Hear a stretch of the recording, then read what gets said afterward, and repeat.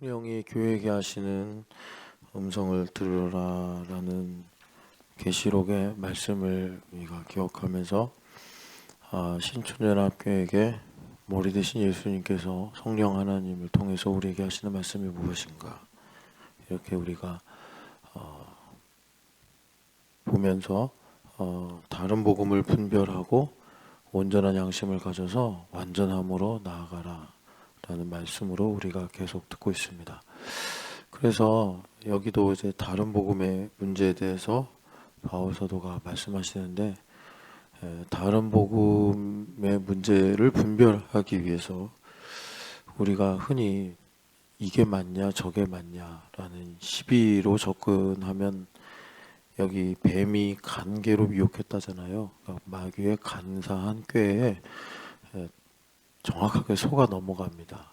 바울이 맞냐 아볼로가 맞냐, 게바가 맞냐 바울이 맞냐. 우리가 제3자로서 고린도전서에 있는 문제를 보면 천국 같은 문제죠. 세 분 다 훌륭한 사도고 또 세 분 다 하나님의 동역자인데 그 사람들을 나누어서 파벌을 만드니 이게 우습지만 웃지 못할 일이란 말이에요. 근데 이런 일들이 우리가 사는 이 현실에서 비일비재하더라라는 겁니다. 그러면은 다른 복음의 뿌리는 뭐냐라고 하면, 다른 복음의 문제의 뿌리는 경직되는 거다.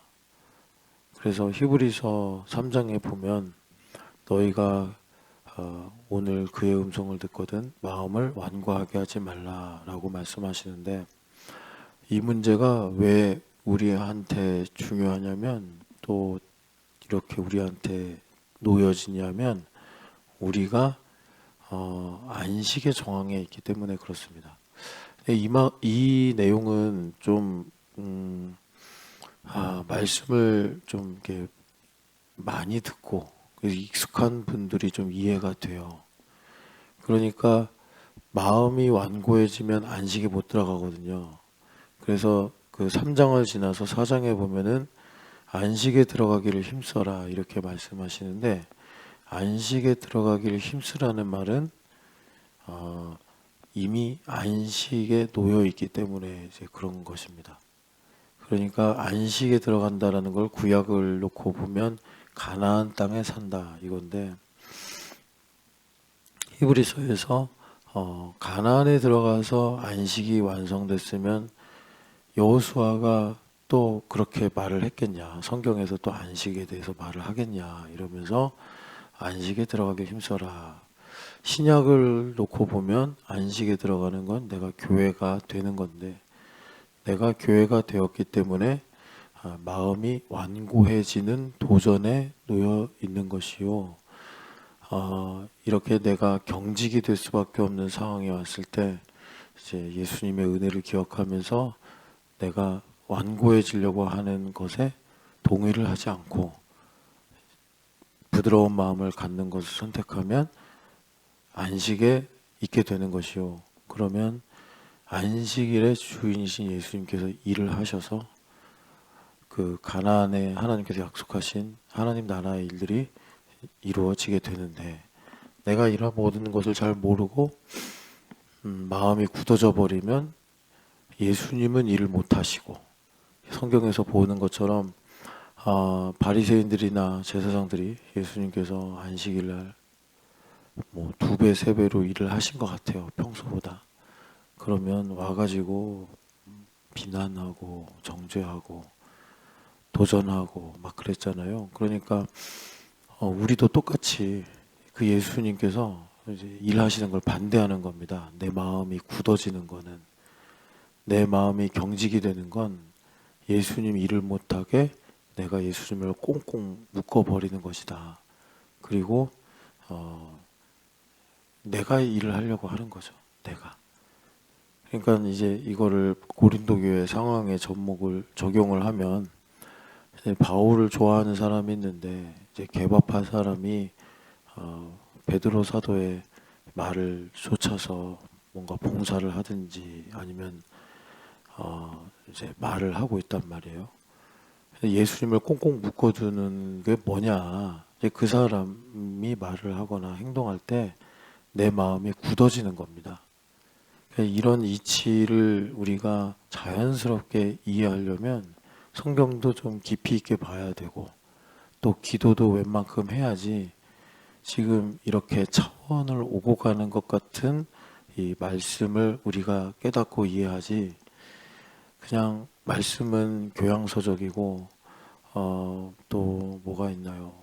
기도는 그냥 나의 어떤 힐링, 내적 치유를 위해서 하는 정도의 차원으로 살면 지금 제가 하는 말은 아니 저 목사가 무슨 꿍꿍이가 있길래 저렇게 뻔히 눈에 보이는 거를 엉뚱하게 설명을 해서 나를 설복시키려고 하나 이제 이런 느낌을 갖게 되는 겁니다. 그러니까 참 이런 내용들이 오가지 못하면 사실 뭐 위태롭다고도 할 수 있고 또 허망하다 이렇게도 할 수 있습니다. 여하튼 그래서 그 바울파 사람이 바울의 이 가치를 가지고 베드로의 주장을 하는 사람을 매우 불편하게 여기고 하는 것은 그 사람과 그 사람과의 관계에서 놓여 있는 시비의 문제가 아니라 지금 내 안에 계신 고린도 교회로 말하면 고린도 교회의 머리이신 예수님을 내가 결박해 놓고 좀 가만히 좀 계시시오 하고 내가 일을 하는 것인데 그러니까 마지막에 예수님 오시면 그 일이 얼마나 예수님한테 힘들고 어려운 일이었는지 주여 내가 귀신도 쫓아냈습니다. 많은 권능도 행했습니다. 그리고 나가서 선지자 노릇도 했습니다. 다 하나하나 너무 중요한 일이고 또 너무 뭐라 그럴까 복된 일이죠. 귀신을 쫓아내서 눌린 자를 치유하고 어디로 갈지 모르는 사람들에게 선지자 노릇하면서 말씀을 가르치고 참 좋은 일들인데 그런데 예수님의 표정이 완전히 정색을 하시면서 모르겠다. 누구신지 모르겠습니다만 이렇게 나가시는 거예요. 그러니까 여러분 뭐 예수님께서 기억을 못 하시거나 예수님께서 정말 처음 봐가지고 그런 말씀하실 리가 전혀 없고요. 그렇게 예수님을 꽁꽁 묶어두는 이 마음의 경직, 완고함 이것이 나와 예수님 사이에 어떤 이 상황을 만드는 것인가.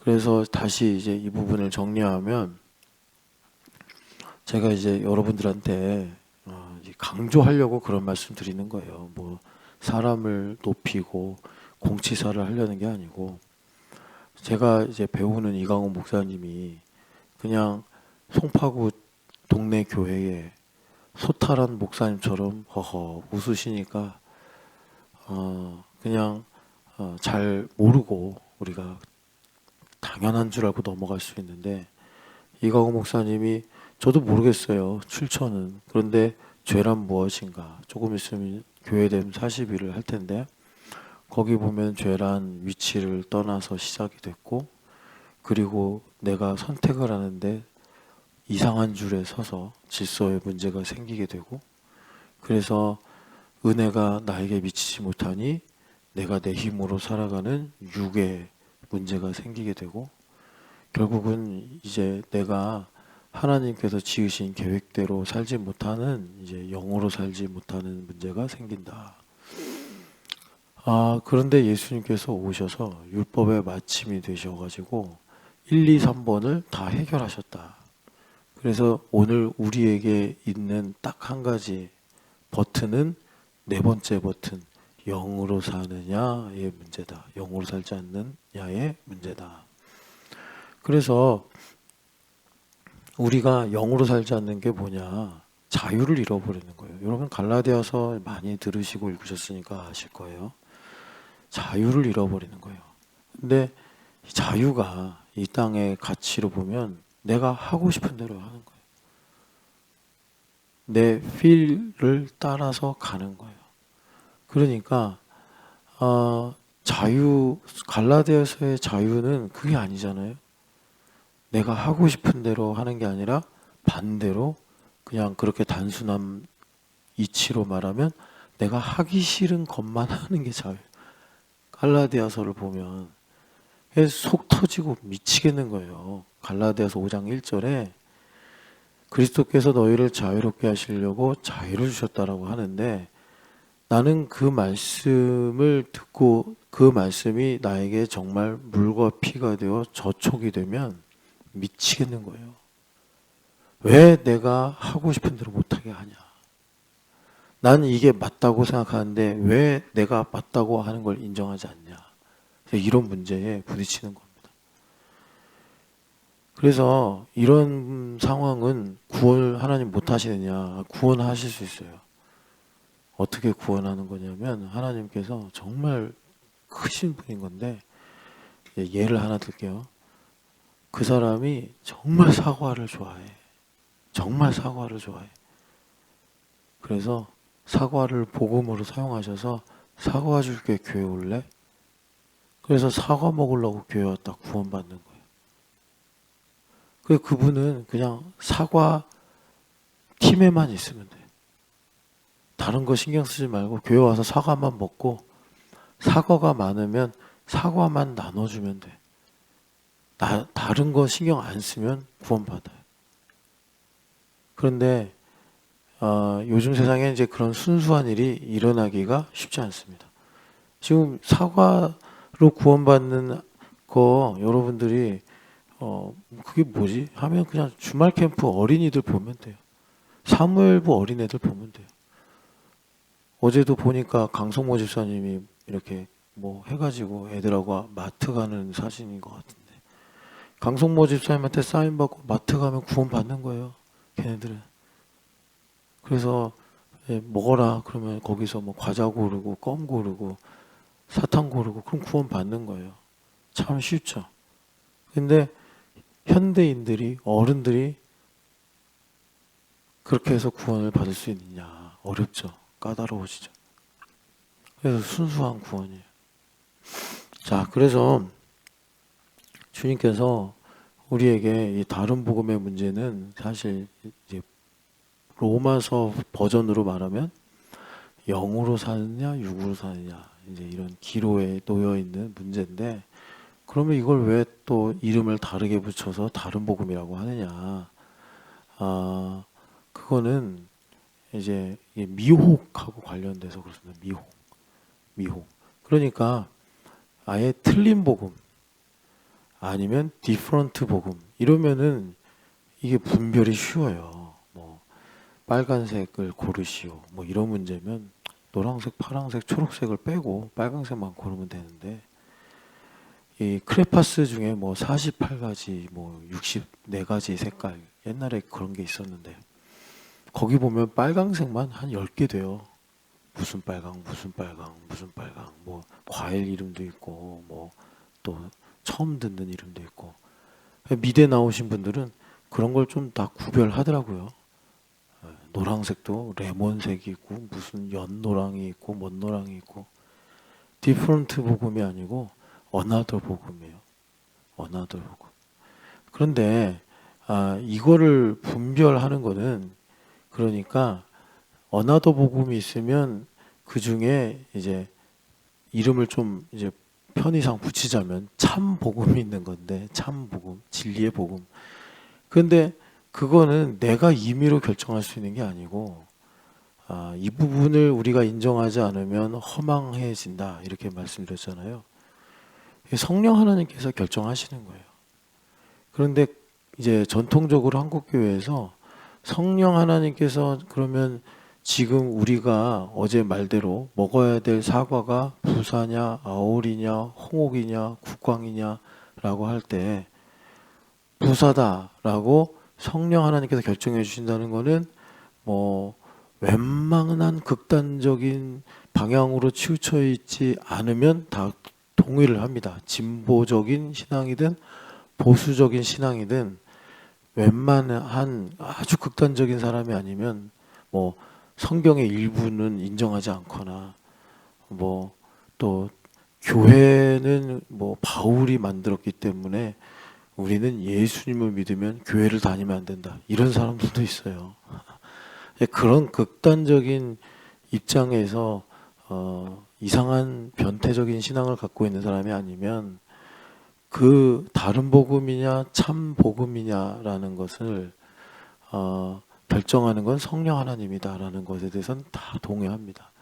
그리고 여기서 한 가지 좀 높아심으로 말씀을 드리면 왜 참 복음이라고 성경에서 말을 안 할까? 왜 그러냐면 우리가 뭐 참이니 순이니 뭐 또 다른 이게 꾸미는 말을 붙일 수 있는데 혹시라도 그렇게 했다가 복음을 어떤 교리나 특정한 의미에 가둘까봐 그렇게 말 안 붙이는 거예요. 그냥 복음은 그냥 저스트 가스펠 이렇게 여러분들이 보시면 됩니다.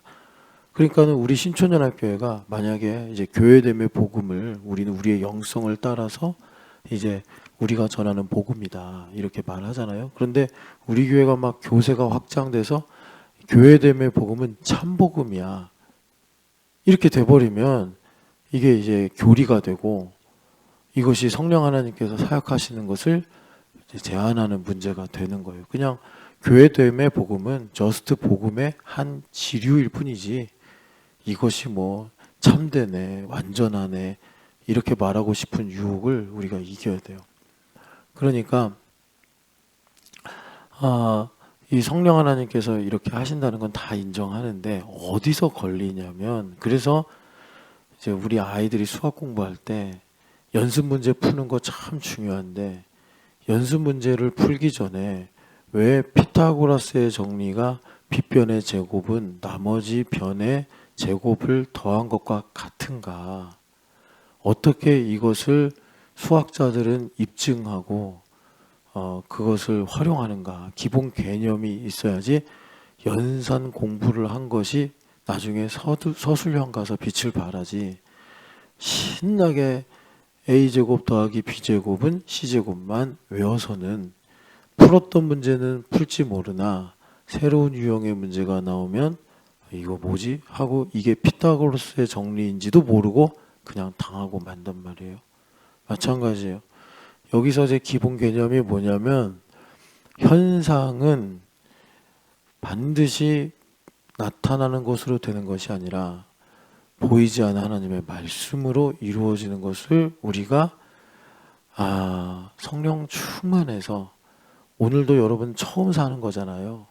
어제 살았던 거 붙어서 사시는 분이 없단 말이에요. 한 명도. 우리가 살아가는 오늘에 있어서 우리가 이제 믿음으로 살아갈 수 있는 이런 길들이 열리게 되는 것입니다. 그래서 성령 충만해야 되고 성령 충만하다는 건 성령 하나님께 항상 복종할 수 있는 태세가 되어 있다. 그래서 갑자기 당혹스럽고 두렵고 혼란스러운 상황을 만나도 바다가 요동치면 나는 흔들릴지 모르나 성령 하나님은 그 바다를 지으신 분이고 바다를 다스리시는 분이기 때문에 당혹스럽거나 두렵지 않으시더라. 그래서 성령 하나님께만 복종하면 바다가 아무리 뛰노라도 우리는 안전하다.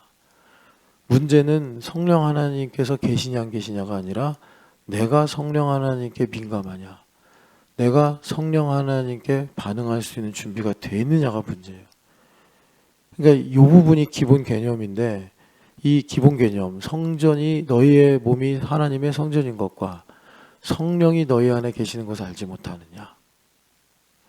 그러니까 이런 거예요. 피타고라스의 정리는 분명히 빗변 제곱이 나머지 변들 제곱을 더한 것과 같다 이거예요. 그러면 이것이 정사각형을 가지고 이렇게 풀어서 입증하는 거다라는 기본 개념이 없으면 그러니까 이 적용 문제에서 틀리듯이 내가 성령 하나님께 민감하고 성령 하나님을 따라가는 것이 생명이라는 걸 모르면 교회를 10년, 20년 다녀도 눈앞에 보이는 문제가 나를 사로잡기 때문에 내가 당혹스러워하고 의심하고 마음이 굳어지는 것을 당해낼 수가 없다. 그래서 어제 우리가 이제 3부 때 영적인 도약을 해야 됩니다. 뭐 사실 거듭남이란 걸 우리는 믿기 때문에 매일 우리는 도약을 하는 것처럼 살아야 하지만, 특별히 하나님께서 시간을 두실 때 작은 시간, 큰 시간 둔 거 알죠? 하나님께서 일자는 상대적으로 작은 시간, 연하는 일자가 365개가 더해진 거니까 큰 시간이라고 할 수 있죠. 그 가운데 시즌이 있고 징조라고 하는 사인이 있단 말이에요. 사인이 제일 큰 시간이에요. 그래서 우리 아이들이 얼마 전에 양구 가서 천문대를 갔는데 토성이 서 있는 걸 봤다. 그러면서 아이들이 저걸 다시 보려면 2500년? 그런 게 사인이에요. 사인. 그래서 예전에 그 과학자 한 분이, 이 성함을 잊어버렸는데, 이분이 갑자기 궁금해진 거예요. 뭐냐면 그 이제 전승에 의하면 다니엘의 제자들 아니겠냐 하는 동방 박사들이 별을 따라왔잖아요. 별. 근데 참 아름다운 스토리인데, 별이 사람을 인도한다. 이게 사실 천문학자들이 보면 이게 말이 안 되는 얘기거든요. 근데 이분이 이제 소프트웨어들이 발달하니까 그 별은 무엇일까? 그래가지고 별을 신나게 찾았어요. 이제 별을 찾는 건 완전히 수학 문제거든요. 근데 이제 소프트웨어가 발달되고 컴퓨터가 도와주니까 별을 찾아본 거예요. 그래가지고 그런 가설을 말씀하셨어요. 토성과 목성이 자리를 바꿔가면서 마치 서로 이렇게 댄스를 하듯이 그렇게 이동하는 주기가 있대요. 그거 좀 신기하더라고요. 이제 별들이 다 수학의 이런 질서를 따라 움직이니까 그걸 이제 공식을 만들어서 소프트웨어에 넣어버렸더니 정확하게 예수님 태어나실 때 토성과 목성이 서로 이렇게 앞서거니 뒤서거니 하면서 춤을 췄다. 뭐 그렇게 그게 뭐 제 기억에 300 몇 년만 아니 600 몇 년 만인가 한 번씩 온다. 그래서 동방 박사들이 이게 천문학자들인데 옛날에는 그런 사람들이 점성가였고 또 뭐 이렇게 나라의 국책을 세우는 박사, 술객, 뭐 성경에 나오잖아요. 그런 사람들인데 여하튼 그들이 그래서 다니엘의 예언을 듣고 믿어서 그렇게 예수님을 경배하러 왔더라. 뭐 이렇게 설명을 하더라고요. 그분 개인의 주장이니까 가설이긴 한데 여하튼 그런 큰 시간의 단위가 있다. 사인이라고 하는. 그래서 우리는 시간의 주인이요 창조자로서 하나님을 믿는다면 당연히 성령으로 충만하여 교회가 되어서, 그러니까 여러분 이건 참 놀라운 일인데 에베소서가 교회에 관한 말씀이잖아요. 교회 왜 다니니? 이게 어떻게 보면 에베소서의 기록 목적이에요. 교회 왜 다니니? 교회 왜 다니냐면 성령으로 충만해서 지혜는 없는 자 같이 살지 말고 주의 뜻이 무엇인지 이해하여 세월을 아끼라. 이 세월을 아끼라는 것이 기회가 오면 붙잡아라. 일자, 시즌, 연한, 사인 이럴 때 기회를 붙잡으라. 교회는 그러려고 다니는 거다 라고 바울사도가 말씀하시는 거예요.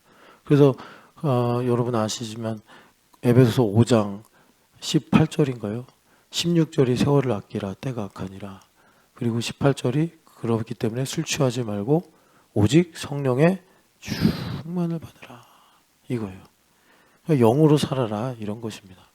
그런데 이제 우리가 미처 준비하지 못하면 그런 기회가 왔을 때 쪽박을 깨더라는 거예요. 기회가 왔을 때 마음이 굳어져 버려서 내가 그때 정말 기도해야 될 타이밍이고 내가 정말 겸손해서 나의 이 청각의 안테나를 최대로 넓혀가지고 정말 엘리야처럼 주님의 음성을 들어야 될 그런 판인데 그때 내가 평균에도 못 미치는 영적 청력을 가지고 마음이 굳어져서 아니 참 남한테는 잘 들으라고 전하던 사람이 그리고 평소에는 정말 저는 듣는 것이 생명이다라고 그렇게 말버릇처럼 말하던 그 사람이 그 타이밍이 되니까 귀를 접어요. 우리 귀 안 접히잖아요. 근데 영적인 귀는 접는 기능이 있어요. 이렇게 해가지고 싹 접혀서 속으로 쏙 들어가요. 안 들리죠. 이제 참 안타까운 거예요. 그래서 다시 한번 다른 복음의 문제를 우리가 보면서 영으로 살아가야 하는데, 여러분 뭐 마귀는 휴가 갔습니까? 그리고 그런 타이밍은 마귀도 우리보다 훨씬 더 잘 알아요. 원래 그런 것을 연구해서 하나님께 영광 돌리던 존재였기 때문에 그걸 우리가 취해서 자신의 잃어버린 본업을 우리가 행하는 걸 보면 시기 질투가 막 용암처럼 터져 나오는 애들이에요. 그러니까 딱 보면 엄태우 이거 찬스가 오는데, 그러면 벌써 일사불란하게 5분 대기들처럼 탁탁탁탁탁탁 움직여가지고 그냥 방해하려고 한단 말이죠. 이제 그런 것들이 다른 복음의 문제다. 그래서 우리가 이 다른 복음에 있어서 오늘 하나만 좀 적용하고 가자면, 어제 여기 친촌 살롱에 유란자매가 벌 주시는 하나님으로 하나님을 이제 인식했다. 그러니까 벌 주시죠. 성경에 보면 하나님 악인을 심판도 하시고, 그죠? 그런데 왜 그러시는지를 모르니까 우리는 하나님께서 복을 주시기도 하고 벌을 주시기도 한다 그러면 그냥 공정하게 50대 50으로 생각할 수 있잖아요. 복 아니면 벌이니까. 그런데 우리는 죄인이라서 이게 기울어져 있어요. 한쪽으로. 그러니까 나 중심으로. 그래서 벌이 더 크게 느껴져요. 벌이. 여기 이제 지연자매가 앉아있는데, 지연자매한테 제가 10번 중에 한 번 실수하면 한 번의 실수가 저의 이미지가 되고 9번은 다 사라져요. 그게 우리의 인식의 기준이에요. 하나님께서 내게 주신 복이 10가지인데 이 10가지 복을 받고 한 가지 내가 마음에 안 들면, 하나님은 참 생선 달라 할 때 뱀을 주시고 떡을 달라 할 때 돌을 주시는 분인데, 이런 식으로 가는 게 인간이에요. 오늘도 마찬가지예요. 우리가 그 찬송가 가사 중에 너가 받은 복을 세워보아라, 오죽하면 세보라고 했을까? 오죽하면 얼마나 하나님 주시는 복을 우습게 여기니 복을 세워보라고 했을까? 하나님께서 주신 복이 세워보면 그것을 다 셀 수 있을지도 모르겠는데, 그런데도 불구하고 오늘 나를 좀 깨우시고 또 나에게 하나님께서 더 깊이를 가져가시려고 한 가지 안 주시거나 한 가지 내 뜻대로 안 하게 만드신단 말이에요. 그런데 그 모든 이면에는 하나님의 선하신 동기가 있는데, 우리는 지금 당장 이 내 마음이 이게 절대적 진리이기 때문에 못하겠다. 나 이거 안 되면 못한다. 그래서 아이들이요, 이제 한 7살 전에 나 이거 아니면 안 돼 이라고 떼쓰잖아요. 부모는 절대로 치면 안 돼요. 왜냐하면 그거는 정말 농구 시합처럼 몇 대 몇이냐 이런 거거든요. 그러니까는 결과는 너무 쉽잖아요. 내가 더 많이 골을 넣으면 이기는 것처럼 거기서 오래 버티면 이기는 거예요, 걔한테. 율법의 문제로. 그래서 우리가 참 그런 것들이 이제 진작에 잘 해결이 안 되면 하나님한테도 지금 안 된다 이거예요. 주일이 됐고 내가 뭔가 이렇게 이제 하나님께 섬길 때가 됐는데 지금 내 마음이 이래서 난 할 수 없어. 막 심지어 이래요. 뭐 자기는 중요한 게 진정성이래요. 그래서 내 마음에 이게 진정성이 안 생기는데 어떻게 내가 지금 이런 일을 합니까? 아니, 하나님께 하려면 진정성이 있어야 되지 않습니까? 막 되게 진정성 있게 진정성을 논하더라고요. 한번 지옥에 가서도 진정성 갖고 논할 수 있는지 보자고. 지옥에 가서도. 제가 지옥 가라는 얘기가 아니라 인간의 진정성이라는 거, 여러분 날씨보다 쉽게 바뀌는 거예요. 우리가 이게 이제 날씨 예보를 보잖아요. 오늘 눈 오네. 눈 안 온 날도 많고. 오늘 막내. 근데 또 비 오는 날도 있잖아요. 그것 때문에 뭐 나라를 바꾸겠네, 뭐 못 살겠네 이런 사람 없잖아요. 그냥 그러려냐고 살듯이. 그거보다 더 확신할 수 없는 게 우리 마음이에요. 그걸 몰라요. 그러니까 예수님께서 마침내 우리의 마음을 여시고 성령 하나님 안에서 오신 건데, 복음을 아는 사람이 무슨 하나님 앞에서 자신의 진정성을 논하냐고. 어디로 가고 싶어서.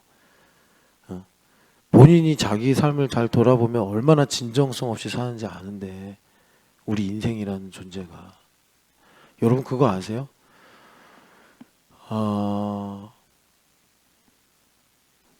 됐다. 아니 그 진화론자들이 연구한 게 있더라고요.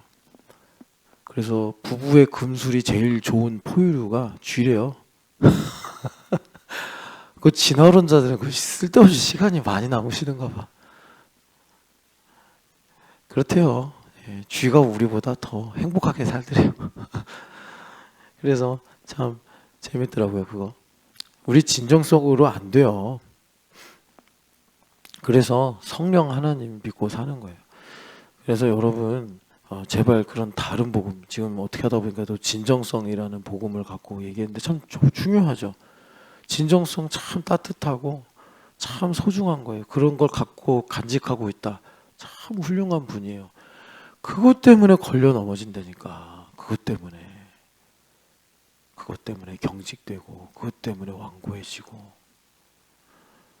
그래서 여러분 그 이제 축복에 대해서, 하나님은 여러분 틀림없이 복을 주시는 하나님이고 복의 하나님입니다. 아브라함 우리 믿음의 조상이잖아요. 대표잖아요. 아브라함한테 약속하실 때 뭐라고 그러셨죠? 너를 모든 민족에게 복이 되게 할 거다. 옛날에는 개역 한글 성경에서는 복의 근원이 되게 하겠다라고 번역을 했는데, 저는 그게 좀 더 읽는 우리 입장에서는 하나님께서 말씀하시는 의중을 더 알기 쉽게 말씀하고 있다 생각하는데, 근데 이제 복의 근원 강림하사 찬양 있잖아요. 아니 그래가지고 이걸 시비에 붙여서 그냥 복이 될지라 이렇게 해서 약간 좀 의미가 싱거워졌어요. 그런데 여러분 기억하세요. 우리 교회 다니시는 대부분의 분들은 뭐 이제 아닐 수도 있죠. 뭐 이게 절대적인 기준은 아니니까. 근데 제가 이렇게 보면 우리 교회 다니시는 대부분의 분들은 빌립보서 말씀 아니 사도행전 16장의 말씀처럼 복음은 항상 너와 내 집이 구원을 받으리라는 정황에 있어요. 복음은 나만 구원받는 게 아니라 너와 너의 집이. 근데 집이라는 게 꼭 혈육이 될 수도 있지만 뭐 친구들 사이도 될 수 있고, 또는 삶의 현장에 동료들이 될 수도 있어요.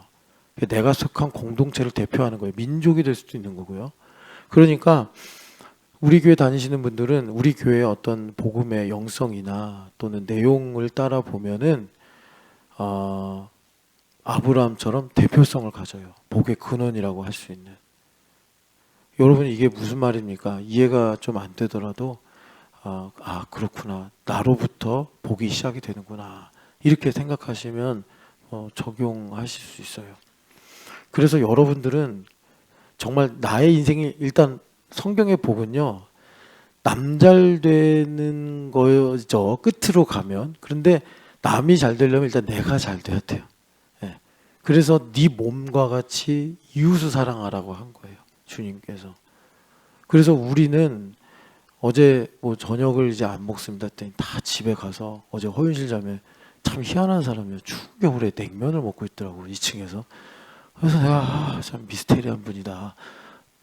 따뜻한 칼국수나 이런 걸 먹을 법한데 냉면을 먹고 있어요.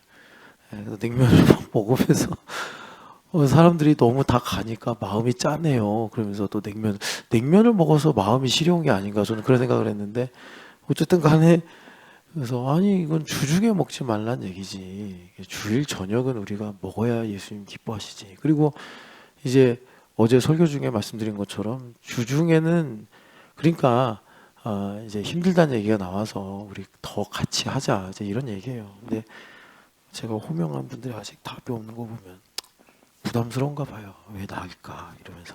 호명 안 됐어도 여러분 자원하는 마음이 생기면 좀 연락 주세요.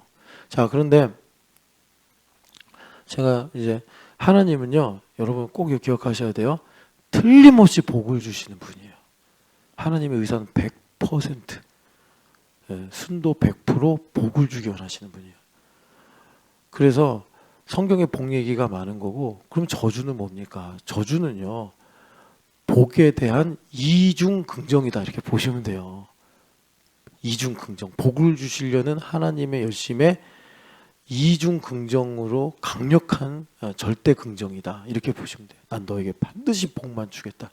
네가 거역을 해도, 너가 나를 사랑하지 않아도 내가 너를 복을 주기로 결심을 한 이상 나는 너에게 어떻게 해서든지 복을 주겠다. 그런데 여러분, 그렇다고 하나님께서 뭐 공의를 제치시고 그냥 막 그런 거 있었잖아요. 올마이티 브루스인가? 브루스 올마이티인가? 그런 영화에서 좀 그렇게 복을 주시는 분이 아니에요. 하나님은 우리를 형상으로 지으신 것처럼 지적인 존재이시고 가장 고상하신 분이기 때문에 그렇게 대책 없이 브루스 올마이티처럼 복을 주시는 분이 아니고 정말 우리에게 콩 한 쪽을 주셔도 압도적인 복을 주시는 분이에요. 그래서 이제 저주라는 말씀이, 심판이라는 말씀이 성경에 나올 수밖에 없다. 자, 그래서 그러면 하나님께서 복을 주시려고 얼마나 애쓰셨냐면, 자, 창세기에 보면은 아담이 복을 달라고 하지 않는데도 하나님께서 그들을 지으시며 뭐라 그러죠? 복을 주시며 이르시되. 그들을 지으시고 복을 주시며 이르시되.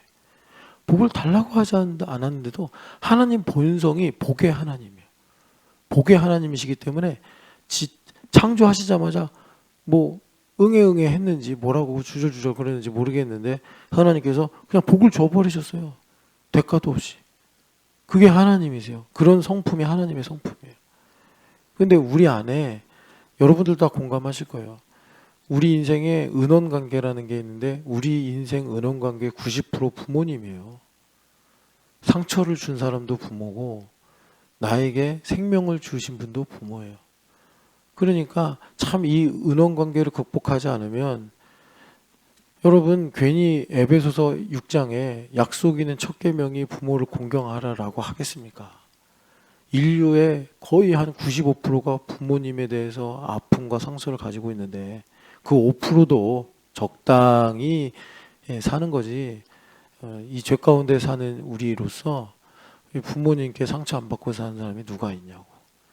그러니까 참 성경에서 이 지상의 첫 번째 계명을 참 애증스럽게 부모를 공경하라 이렇게 한 거예요. 이게 계명 중에 5계명이잖아요. 부모를 공경하라. 첫 번째, 이 땅에서. 그거 안 되면 나머지 다 안 된다 이렇게 말씀하시는 거예요. 그냥 참 그런 건데, 그러니까 우리가 그렇게 이제 인생을 보면서 이 부모님이 어떻게 보면은 하나님의 또 아버지로서 형상이거든요. 그러니까 참 이게 어려운 거예요. 그러니까 우리가 부모님을 사랑하면서 부모님 때문에 아프고 힘든 이런 숙제를 가지고 있듯이, 우리가 하나님을 모르고 살 땐 별 문제가 안 되는데 하나님을 사랑하면서 살려고 하니까 마치 부모님과의 관계처럼 해결해야 될 숙제들이 많네. 그래가지고 우리가 또 하나님을 경외하는 일을 가야 되는데, 자, 하나님께서 흑암에 있는 우리에게 복을 주시려면 이제 공의로운 절차가 생겨야 되는 거예요. 그래서 하나님께서 정말 매우 오랫동안 아담이 타락한 이후로 우리에게 복을 주시려고 빌드업 하신 게 뭐냐면 대제사장이에요. 그래서 성경에 보면 대제사장이 성소를 들어갔다 나오잖아요. 그리고 제일 먼저 하는 게 뭐냐면 창세기 1장 28절의 말씀처럼 복을 전합니다. 그래서 대제사장의 축복문이 마치 지금 이게 우리가 예배 시간 마지막에 축도를 하는 것처럼 삼위일체 하나님의 복을 전해요. 한번 우리 읽어볼까요? 이 복에 관한 얘기. 삼위일체 하나님. 민수기 6장을 보시면 대제사장이 이제 지성소에 들어갔다 나와서 축복을 하는데, 자, 23절부터 읽어보겠습니다. 아론과 그의 아들들에게 말하여 이르기를 너희는 이스라엘 자손을 위하여 이렇게 축복하여 이르되 여호와는 내게 복을 주시고 너를 지키시기 원하며 여호와는 그의 얼굴을 내게 비추사 은혜 베푸시기를 원하며 여호와는 그 얼굴을 내게를 향하여 드사 평강 주시기를 원하노라 할지니라 하라. 아멘. 이것이 대제사장의 축복인데 여러분 딱 보시면 느낌 오시죠? 아, 삼위일체 하나님이구나. 여호와, 처음에 여호와는 하나님 아버지 너에게 복을 주시고, 그 다음에 성자 예수님 그의 얼굴을 내게 비추사 은혜 베푸시기를 원하며, 그리고 성령 하나님 우리와 교통하시는 성령 하나님은 얼굴을 내게로 향하여 드사 평강을 주시기 원하노라. 그러니까 여기서 여러분 딱 느낌이 오죠. 우리 복 받으려면 어떻게 해야 돼요? 삼위일체 하나님을 잘 믿어야 돼요. 그래서 어제 다른 복음의 반대에 참복음이라고 말하면 참 이해는 쉬운데 이게 자칫하면은 교리가 될 수 있다. 그래서 다른 복음의 반대를 성경에서 찾아보면 십자가의 복음이 있고, 그리고 우리의 복음이 있고, 은혜의 복음이 있고, 마침내 이제 뭐랄까 그 모든 걸 다 아우를 수 있는 삼위일체 하나님의 복음. 그래서 우리가 인생의 복을 회복하는 거는 삼위일체 하나님 안에 들어가는 거예요. 그래서 요한복음 17장이 대제사장의 축복 기도가 된 거예요. 요한복음 17장 기억나시죠? 그 끝에 가면 예수님 뭐라고 그러세요? 우리가 하나인 것처럼 저들도 하나가 되게 하사 우리 안에 있게 하옵시고. 민수기에서 대제사장이 바라보던 그 실상을 예수님께서 완성하신 거예요. 그래서 예수님께서 물론 이제 겟세마네와 같은 시점에 제자들을 축복하신 거예요. 그래서 중요한 건 이거예요. 예수님께서 제자들을 축복하신 것이 대제사장의 축복 기도예요. 그래서 우리가 이 복에 대한 많은 애증을 가지고 있어서 어제 유란자매 말처럼 유란자매만이 아니라 나도 하나님께 복을 구하면서도 복 주실까? 뭐 이러기도 하고, 아, 복 안 주실 거야 의심하고, 또 우린 죄가 많으니까, 또 모르는 죄도 많으니까. 그러니까 여러분 죄 때문에 근심하는 건 되게 맹꽁이스러운 게, 루터 목사님이 그랬다니까요. 루터 목사님이 이제 복음을 깨달았어요. 그리고 이제 어거스틴 수도에 사제로 있을 때, 거기는 이제 노동이 기도니까 열심히 이제 밭에서 일을 하고 있는데 마귀가 나무 위에 앉아서 루터가 이제 하나님을 사랑하고 그런다니까 우스운 거예요. 그래서 너 죄 이렇게 많이 졌잖아 해가지고 600 몇 가지를 나무 위에 앉아서 마귀가 정죄를 하고 있더래. 옛날 같으면 루터 목사님이 한 가지만 들어도 죽겠다. 뭐 하나님 왜 나를 이렇게 심판하십니까? 나를 구원하시고서 정죄하려고 나를 이렇게 사제가 되게 하신 겁니까? 막 이렇게 싸우셨거든요, 이분이. 근데 그날은 잠잠히 듣고 있는 거예요. 마귀가 600 몇 가지를 이렇게 다 하고, 어때? 너 죽어야 되겠지. 너 지옥 가야겠지. 하나님 널 버리시겠지. 막 이렇게 이제 정죄와 수치를 가지고 공격을 하는 거예요. 근데 루터 목사님이 수고했다고. 네? 무슨 소리예요? 네? 아, 전화 온 소리예요? 네, 가보세요, 그러면. 우리 어머니가 벨 진동을 안 하셔가지고 누가 저를 부르는 줄 알았어요. 네, 설교 빨리 끝내라고. 그래. 자, 그래서 루터 목사님이 다 듣더니 그러더래요. 수고했다고. 근데 어떡하냐고. 나는 그거보다 더 많은 죄가 있다고. 그래서 마귀가 물러갔대요. 의욕을 상실해서. 더 조사하려고. 여러분, 죄사함이 뭔지 아셔야 돼요. 죄사함이. 제가 뭐 죄 막 짓고 살자 이 얘기하는 거 아니에요. 예수님의 은혜가 얼마나 큰가. 우리가 모르기 때문에 정죄받는 거다. 내가 아는 죄보다 모르는 죄가 더 많고, 그거 다 들춰내면 여러분 욥처럼, 욥은 훌륭하신 분이라 그 연단을 다 이겨내신 건데 지금 사는 집 홀라당 날아가도 할 말이 없어요. 여러분 갑자기 욥처럼 내 몸에 머리부터 발까지 악창이 나도 우리는 할 말이 없어요. 그런데 하나님의 은혜로 덮어주시니까 면역 체계도 유지가 되고 아이들도 건강하게 자라는 거고 그러는 거예요. 자, 그게 무슨 말이냐면 하나님은 우리에게 틀림없이 복을 주기 원하시는 하나님이시다. 그래서 우리가 이제 하나님 우리를 뭐 싫어하신다, 복을 안 주신다, 이런 다른 복음에서 우리가 온전한 이 복음의 능력으로 살려면 삼위일체 하나님 안에 들어가야 되는데, 삼위일체 하나님 안에 들어가는 방법은 우리가 하나 되는 거더라. 우리가 하나 되는 거더라. 그런데 우리가 하나 되는 방법은 어떻게 되는 거예요? 제자도인데, 제자도가 뭐죠? 예수님을 적극적으로 따라가는 거예요. 적극적이라는 말은 열심히라는 말보다 자원하여, 선택하여. 하나님은 그걸 기뻐하신다고요. 내가 자원하여. 물론 100% 우리 예수님 구원하시는 거죠. 그래서 어제 우리가 하나님께서 신앙의 도약을 이루시는데 요구하시는 거 딱 하나예요. 너 왜 여기 있냐? 거기에 엘리야가 뭔가 좀 더 예쁘게 말하려고 애쓴 것도 없어요. 그냥 물으시니까 답을 한 것뿐이에요. 그것만 하면 하나님은 옳다커니 하고 거기에 딱 하나님의 축복의 갈고리를 링크로 걸어버리셔서 우리를 끌고 가시는 거예요. 하나님께서 새로운 차원으로. 대답만 하면 돼요.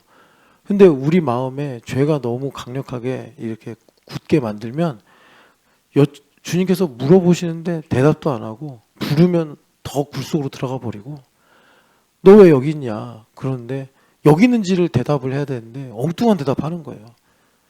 뭐 왜 나한테만 물어보냐고, 뭐 이런 동문서답하고. 그러니까 자유의지를 주셨는데 이걸 우리가 하나님께 반응을 못하고 기회를 놓치고 말더라라는 것입니다. 그래서 하나님께서 우리를 축복하기를 원하시는데 그건 삼위일체 하나님 안으로 들어가는 거다. 삼위일체 하나님 안에 들어가는 건 뭐예요? 우리가 하나가 되는 건데, 우리가 어떤 수로 하나가 돼요? 하나가 되는 것도 미션 임파서블이에요. 어떻게 하나 되는 거예요? 모퉁이 돌이에요. 예수님께서 괜히 우리 하나 되게 하시려고 친히 모퉁이 돌 되셨대잖아요. 우리의 모퉁이 돌이 되시려고 건축자의 버린 돌이 되셨다는 거 아니에요. 우리의 모퉁이 돌이 되시려고 예수님께서 나사렛 예수가 되신 거라고요. 우리의 모퉁이 돌 되시려고 신촌연합교회에서 제일 작고 제일 인기 없고 제일 외면당하는 신세가 되셨다라는 거예요. 그래서 예수님은 맘만 먹으면 아무나 만날 수 있고 다가갈 수 있고 영접할 수 있는 쉬운 분이 되신 거예요. 근데 인간이 고약해서 예수님 그렇게 겸손해지시니까 그래서 못 봐주겠다는 거예요. 또 인간이. 우리가 그런 존재라니까요. 예수님께서 나랑 하나 되시려고 구유에 누이시고 나사렛에서 사셨는데, 아니 그러면 아이고 주님 이러시기까지 나를 사랑하십니까? 이래야 되는데 그게 뭐예요? 뭐 부부끼리 이러는 거예요. 뭐 마음에 안 드니. 아니 예수님 나그네라고. 나그네로 오셨기 때문에 신명기에서부터 나그네를 사랑해라, 사랑해라. 나그네를 사랑해라. 그래서 예수님 나그네로 오셨을 때 우리가 영접을 해야 되는 건데, 나그네로 오셨다고 예수님 문 닫고 열어주지도 않아서 예수님 구유에 누이신 거라니까. 나중에 여러분 진짜 나사렛 빌리지 가면은 그냥 뭐라 그럴까 전원적인 풍경이니까 예쁘다 아름답다 그럴 수 있어요. 그런데 거기에 이제 예수님 돌무덤을 보존해 놨어. 그 돌무덤하고 그 나사렛 빌리지에 이제 옛날 이스라엘 건물 집이 있고, 그 집에 보면 거기 나귀도 있고 양도 있고 실제로 이렇게 기르고 있어요. 그리고 거기에 이제 구유도 있어. 그 두 개 볼 때는 우리 마음이 조금 뭐라 그럴까 진지해야 돼. 그냥 예쁘네, 말이네 이러면 안 되고, 내가 예수님을 다시는 구유에 누이게 하면 안 되겠다. 이런 마음을 가져야 된다고. 여하튼 간에 여러분, 우리 하나님은 복을 주시는 하나님이에요. 우리가 그 복을 어떻게 받느냐? 하나님 안에 들어가면 돼요. 삼위일체 하나님 안에 들어가는 건데, 예수님께서 놀라운 일을 하셨는데 그 안에 들어가는 방법이, 진리가 뭐냐? 우리가 하나 되는 거래요. 근데 우리가 하나 되는 것도 우리는 못해요. 뭐 개바파 바울파 이래가지고 싸움박질해요. 맨날 가까워지면. 그러면 어떻게 하나가 되느냐? 예수님과 하나가 되면 돼. 예수님께서 모퉁이 돌이 되시려고 버린 돌이 되셨다고. 그런데 여기서까지 버린 돌이라 나는 마음에 안 든다고 해버리면 안 되는 거예요. 내가 버린 돌이니까 스스로도 버린 돌이 되셔서 짱돌 같은 나를 다듬으셔서 성전되게 하시려고 예수님께서, 그 존귀하신 예수님께서 버린 돌이 되신 건데, 짱돌 주제에 내가 예수님 무시하면 안 된단 말이에요. 그래서 예수님과 연합되고 결합이 되는 것이 우리가 하나 되는 길이요, 하나가 되면 삼위일체 하나님 안에 들어가서 내 안에, 우리 예수님 믿는 사람들 참 살면서 그런 애증이 있잖아요. 유란자매 말한 것처럼 하나님은 왜 복을 안 주실까, 섭섭하다, 이런 마음 가질 수 있잖아요. 그것이 녹아진더라. 그러면서 하나님께서 우리의 삶에 창세기 1장의 말씀처럼 땅을 주시려는 그 복이 우리 가운데 임하게 되는 거예요. 땅을 갖는다는 것은 하늘나라의 상속자가 되는 것입니다. 여러분, 그 하나님의 꿈이 이루어지기를 축복합니다. 사랑하는 하나님 아버지, 참 우리가 어제도 이렇게 주일 예배를 했는데 한 걸음에 또 너무 멀리 가지 않았나. 그런데도 주님께서 우리를 부르셔서 오늘 이렇게 주님 발치 아래에 있게 하시니 감사합니다. 하나님, 크리스마스가 있는 12월 버린 돌 되신 예수님, 그러나 나에게는 버린 돌이 아니라 모략과 유황과 황금보다 소중한 예수님이십니다. 하나님 아버지, 우리가 목동들처럼 주님을 경배하고 주님을 영접하는 거룩한 크리스마스 될 수 있도록 은혜 허락하여 주시옵소서. 살아계신 예수님의 이름으로 기도합니다. 아멘.